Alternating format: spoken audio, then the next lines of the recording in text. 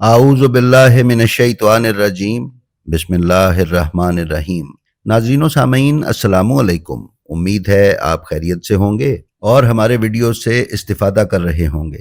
ناظرین، ویڈیو پر جانے سے پہلے آپ کی خدمت میں گزارش ہے کہ ہمارے نئے شروع کیے جانے والے channel blend of history English کو سبسکرائب کر لیں اور اس کے بیل آئیکن پر کلک کر کے آل نوٹیفیکیشنز کی سیٹنگ کا انتخاب کر لیں تاکہ آپ اس چینل پر پیش کیے جانے والے تعلیمات محمد و آل محمد پر مبنی انگلش کانٹینٹ سے محروم نہ رہ سکیں۔ ناظرین معظم، ایران کے سپریم کمانڈر آیت اللہ سید علی خامنائی 19 اپریل 1939 کو مشہد مقدس ایران میں پیدا ہوئے۔ ان کے والد سید جواد خامنائی مشہد کے محترم علماء اور مجتہدین میں سے گنے جاتے تھے۔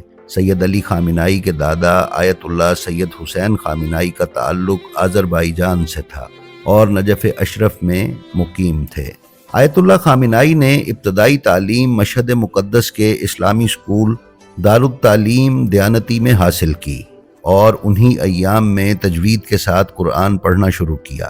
5ویں جماعت سے انہوں نے حوزہ کی ابتدائی تعلیم بھی شروع کی اور مختلف مدرسوں میں تعلیم حاصل کرتے رہے۔ 19 سال کی عمر میں نجف اشرف گئے اور حوزہ علمیہ نجف کے اساتذہ کے دروس میں شرکت کرتے رہے، لیکن پھر والد کے حکم پر واپس مشہد آ گئے اور تھوڑے عرصے کے بعد حوزہ علمیہ قم میں داخلہ لیا۔ یہ سلسلہ 1971 تک چلتا رہا۔ اس کے بعد آپ کچھ عرصہ درس و تدریس میں مشغول رہنے کے بعد انقلاب اسلامی ایران کے ساتھ وابستہ ہو گئے اور تھوڑے ہی عرصے میں خمینی صاحب کے قریبی ساتھیوں میں آپ کا شمار ہونے لگا۔ انقلاب سے پہلے کئی مرتبہ آپ کی گرفتاری ہوئی اور آپ کو مشہد بدر بھی کیا گیا۔ قید و بند کی صعوبتیں بھی برداشت کیں۔ انقلاب سے وابستہ ہونے سے لے کر انقلاب برپا ہونے تک خمینی صاحب نے متعدد ذمہ داریاں آیت اللہ خامنائی کو سونپیں جو انہوں نے باحسن انجام دیں۔ ناظرین، نظریاتی طور پر آیت اللہ علی خامنائی ڈاکٹر مصطفیٰ چمران کے نظریات سے کافی متاثر تھے اور مصطفیٰ چمران کے گروپ میں ہی شمار کیے جاتے تھے۔ انقلاب کے فوراً بعد انہیں انقلابی کونسل کی رکنیت ملی اور یہ کونسل ممبر کے طور پر اپنی ذمہ داریاں ادا کرتے رہے۔ بعد میں اس انقلابی کونسل کے حکومت میں ضم ہو جانے کے بعد ڈاکٹر مصطفیٰ چمران کو وزیر دفاع مقرر کیا گیا اور خامنائی صاحب ڈاکٹر مصطفیٰ چمران کے نائب کے طور پر کام کرتے رہے۔ 1980 میں آیت اللہ خامنائی کو خمینی صاحب نے تہران کا امام جمعہ مقرر کیا۔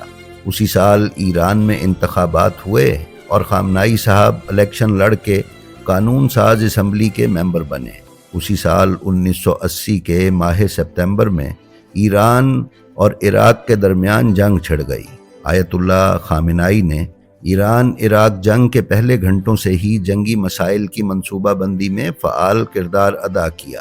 ناظرین، ایران کی سرزمین پر حملہ ہونے کے کچھ ہی دیر بعد انہوں نے عراق کی باسی فوج کے ایران پر حملے کا پہلا اعلانیہ تیار کیا اور ریڈیو کے ذریعے لوگوں کو آگاہ کیا۔ جنگ کے آغاز کے دوسرے دن خامنائی صاحب نے فوج کے مشترکہ ہیڈ کوارٹر میں منعقدہ اجلاس میں شرکت کی، جس میں اس بات کا جائزہ لیا گیا کہ عراق کی فوجی جارحیت سے کیسے نپٹا جائے۔ پھر خمینی صاحب کے حکم پر آیت اللہ علی خامنائی نے فوجی لباس زیب تن کر کے جنگی محاذوں پر حاضری دی تاکہ ایرانی افواج کے مورچوں اور تنصیبات کی صورتحال کی جامع رپورٹ تیار کی جا سکے اور دشمن کا مقابلہ کرنے کے لیے فوج کو منظم کیا جائے۔ اس جنگ کے دوران انہوں نے کئی فوجی آپریشنز کی تیاری میں بھی حصہ لیا۔ سپاہ پاسداران اور بسیجی افواج کی ہتھیاروں اور رسد کی ضروریات کی فراہمی میدان جنگ میں ان کی دیگر سرگرمیوں میں شامل تھی۔ مورچوں پر ان کا زیادہ تر وقت بے قاعدہ جنگوں یعنی گوریلا وار کے ہیڈ کوارٹر کی کارروائیوں کی رہنمائی، حمایت اور منصوبہ بندی میں گزرتا تھا، جسے مصطفیٰ چمران نے تشکیل دیا تھا۔ اس ہیڈ کوارٹر کے خصوصی اقدامات میں سے ایک، جس میں آیت اللہ خامنائی براہ راست شریک تھے، عراقی ٹینکوں کو ناکارہ کرنے کے لیے خصوصی فوجی گروپوں کی تشکیل تھی۔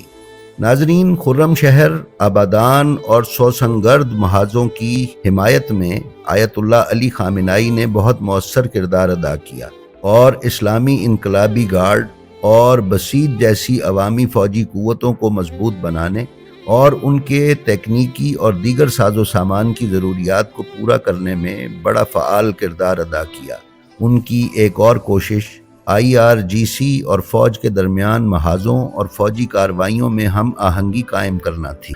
اس جنگ کے اگلے سال خمینی صاحب کے فرمان کے مطابق سپریم کونسل آف ڈیفنس کو تمام جنگی امور کی ذمہ داری دے دی گئی اور آیت اللہ خامنائی نے خمینی صاحب کے آرڈر پر اس کونسل میں خمینی صاحب کے نمائندے اور ترجمان کی حیثیت سے شمولیت اختیار کی۔ اسی دوران وہ جنگی معاملات میں خمینی صاحب کے مشیر بھی رہے۔ آبادان کا محاصرہ توڑنے کے آپریشن میں آیت اللہ خامنائی براہ راست موجود تھے۔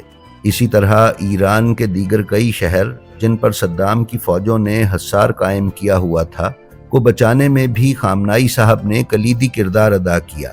ناظرین، آیت اللہ علی خامنائی 2 مرتبہ ایران کے صدر بھی منتخب ہوئے۔ ان کی صدارت کے دونوں ادوار میں جنگ کا مسئلہ سر فہرست اور ملک کا اہم ترین مسئلہ رہا۔ آنے والے سالوں میں اس جنگی منظرنامے میں تبدیلیاں آئیں اور مجموعی طور پر جنگی مورچوں پر توازن ایران کے حق میں بدل گیا۔ عراقی افواج کو زیادہ تر مقبوضہ علاقوں سے باہر دھکیل دیا گیا اور ملک کے اعلیٰ حکام بشمول سپریم ڈیفنس کونسل کے سربراہ آیت اللہ خامنائی کے اتفاق رائے سے فوجی کارروائیوں کا ایک سلسلہ ڈیزائن اور نافذ کیا گیا۔ ناظرین، آیت اللہ خامنائی کی صدارت کے 8 سال میں سے 7 سال جنگ کرتے ہوئے گزرے۔ آپ اس دوران بھی جنگی مورچوں پر متواتر حاضر ہوتے اور شریک ہوتے رہے، لیکن پھر خمینی صاحب کے منع کر دینے پر جنگی مورچوں پر شرکت کا یہ سلسلہ رک گیا۔ اس کے علاوہ وہ صدارت کے دوران supreme council of war support کے سربراہ بھی تھے۔ یہ کونسل جنگ کے خاص حالات کے پیش نظر تشکیل دی گئی تھی اور اس کا مقصد یہ تھا کہ ملک کے وسائل اور امکانات کو جنگ کی خدمت میں زیادہ سے زیادہ بہتر طریقے سے استعمال کیا جائے اور جنگی مورچوں کی ضروریات کو پورا کرنے کے لیے افواج کو آمادہ کیا جائے اور سہولیات کی فراہمی کے لیے مؤثر اقدامات کیے جائیں۔ ناظرین، اگر غور کیا جائے تو آیت اللہ خامنائی کی زندگی میں تعلیم، فوجی تربیت اور سیاست کے علاوہ چوتھا کوئی مشغلہ نظر نہیں آتا۔ یہی وجہ ہے کہ اسرائیل اس وقت اپنا سب سے بڑا دشمن ایران اور اس 86 سالہ بزرگ آیت اللہ سید علی خامنائی کو سمجھتا ہے۔ نتن یاہو کے موجودہ اور حالیہ بیانات میں اس نے صراحتاً آیت اللہ خامنائی کو راستے سے ہٹانے پر زور دیا ہے۔ آیت اللہ خامنائی کی ذاتی زندگی اس قدر سادہ اور غریب عوام کے رہن سہن کے مطابق ہے کہ ان کے مخالفین بھی ان کی ذات میں عیب تلاش نہیں کر سکے۔ آیت اللہ خامنائی کے 4 بیٹے اور 2 بیٹیوں کے بارے میں بھی آج تک کوئی ایسا سکینڈل یا کرپشن سامنے نہیں آ سکی کہ جس سے لوگوں کو ان پر انگلی اٹھانے کا موقع مل سکے یا ایرانی عوام ان سے متنفر ہو۔ دنیا کے دیگر حکمرانوں کے برخلاف خامنائی صاحب اور ان کے خاندان کی زندگی بغیر عیش و عشرت اور جدید سہولتوں کے ہے۔